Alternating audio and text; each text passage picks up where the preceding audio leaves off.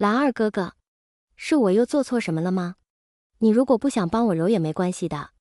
小龙线尾巴轻轻碰了碰蓝忘机的肚子，蓝忘机摇摇头，抱歉，是我没有抱牢。他试探地把手轻轻附在圆润的小屁股上按了按，还痛吗？他当时是太过后怕担心才动了手，兴许并未控制好力道。虽说龙族身体强度绝对是一流的，可蓝忘机知道他们蓝家人的手劲也不小，可能真的会伤到他。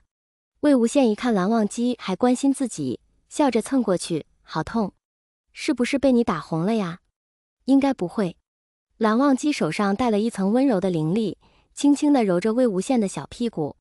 魏无羡的臀部还挺有肉，又挺又翘，虽然隔着衣物，但蓝忘机脑中不由回忆起刚刚在水中抱着不着寸缕的人时的触感，加上揉一下魏无羡还哼哼唧唧的叫，听得蓝忘机揉着揉着觉得整个人都仿佛要烧起来，也不知道自己在想什么，松了手把少年放回草地上。魏无羡被他揉得挺舒服，见他停了下来，不解地望去，蓝湛你怎么啦？做什么闭眼睛？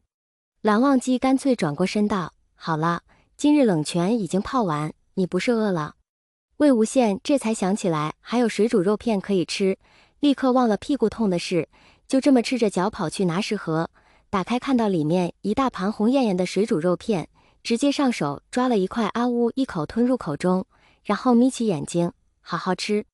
蓝忘机看着他白莹莹的小脚丫，还有脚踝处若隐若现的黑色龙鳞，认命的去给他拿鞋。身体内的灼热感如何？蓝忘机见他很快就吃完了，用帕子擦擦他的嘴角和手。魏无羡闭着眼睛做了个吐息，突然一睁眼惊讶地说，咦，没有了。蓝湛，我觉得我好像好的差不多了，体内灵力似乎还长了些。蓝忘机也吃了一惊，按理说被炎阳烈焰诛伤到本就不死也会重伤，就算魏无羡因为是龙族，又及时落入冷泉，也不可能好得这么快。想到刚刚他在冷泉底与那冰蓝色的东西僵持，甚至差点被冻伤，蓝忘机伸手搭在他的手腕上。魏无羡乖乖任由他动作，果真已经痊愈。蓝忘机看着不停晃着尾巴的小龙，既替他高兴，又似乎有些难过。魏无羡开心起来，太好了，那我是不是可以回家了？我爹娘还不知道怎么样呢，我好担心他们。还有师姐和江叔叔他们，知道我受伤，估计也很为我担心。魏无羡突然抬起头看着蓝忘机，狐狸哥哥，你要不要跟我去云梦呀？那里可好玩了。蓝忘机看着他清澈的眸子，心念转了好几个来回后，还是开口，不必。小黑龙毕竟是龙族的人，他留在云深是为了养伤，现在伤好了，迟早要回到自己族人身边的。他不过是与他相处了不到10天的狐族人，并不适合前去。魏无羡失望地垮下了脸，他很喜欢蓝忘机，可是还是更担心重伤的父母。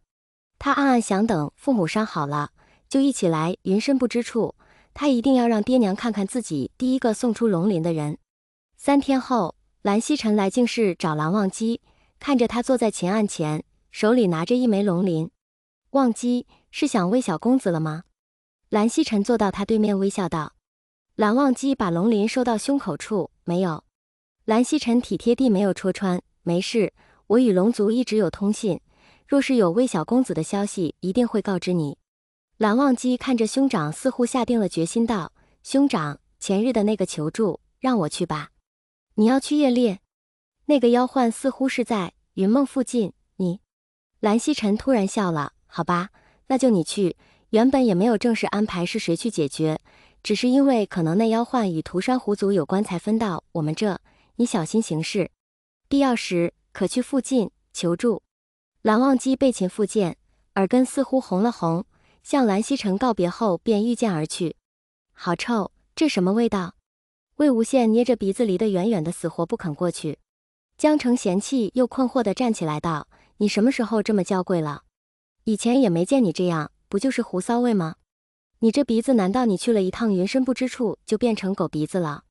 魏无羡随手扔了他一颗苹果，去，好好的提什么狗？我就是受不了这味道，这什么狐狸精？最低级的吧，怎么蓝湛就香香的？肯定是上不了台面的狐妖。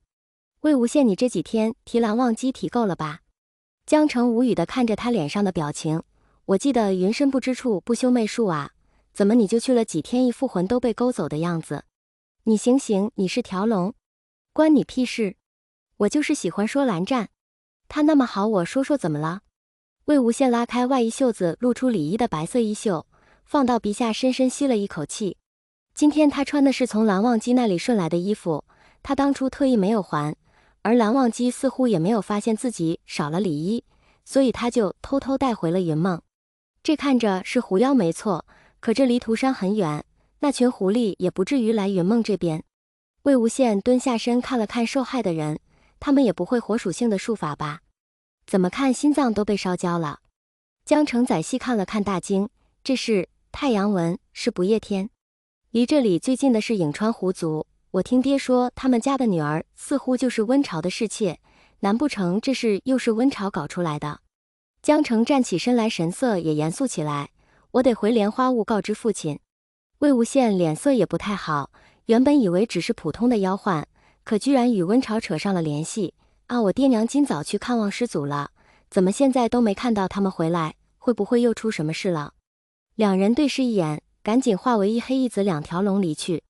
蓝忘机循着线索问了几家狐患的受害者的邻居，发觉似乎是颍川狐族所为，他们专门对那些面容姣好的年轻男女下手。蓝忘机想了想，便换了一套白衣，并敛去了一身仙气，连碧尘都放回了乾坤袋，装成一位游历的乐师。同族之间感应会更深一些，很快蓝忘机就发现了一只作恶的狐妖踪迹，于是他不动神色，任由那狐妖向他释放了迷药，把他带回了一处院落。大小姐，这次我抓到了一个极品，你要是吸了他的精气，一定能变得更漂亮，甚至可能成为三尾狐呢。那狐妖讨好的看着上手坐着的那位娇美女子，那女人甩了他一巴掌，什么大小姐，叫我二夫人。很快我就会是朱雀族的温家二公子的正牌夫人了，哈哈哈哈哈哈哈。那狐妖点头哈腰，是，二夫人如此美貌，定然会夺得温巢大人的心。蓝忘机眉头一动，没想到这狐妖居然与温巢有关。想到温巢当时要挖魏无羡龙丹的举动，蓝忘机心中陡生一丝杀气，但他似乎有感觉到两股强大的气息正往这边来，不知是否是温家来的后援。蓝忘机不禁暗暗抚上背后的琴。王灵蛟踱步到蓝忘机身边，一看他的面容，顿时大喜，竟一时间舍不得杀了他。这人实在是标致，咱们这么多天杀的凡人没一个能及得上的，而且看他阳气极盛，似乎是有功德在身的凡人。或许我们可以自己享用过后，将他先给公子。他说着就想要触碰蓝忘机的眉眼，却突然被一道浮尘狠狠抽了一耳光。蓝忘机猛地睁开眼，就见一黑一白两人伴随着龙吟落在自己面前。那白衣女子笑吟吟地看着王灵蛟，呵，不过二尾狐妖也敢在夷陵放肆，这里是龙族的地盘，你们要不要来我们家做做客？我儿子一定很欢迎你们。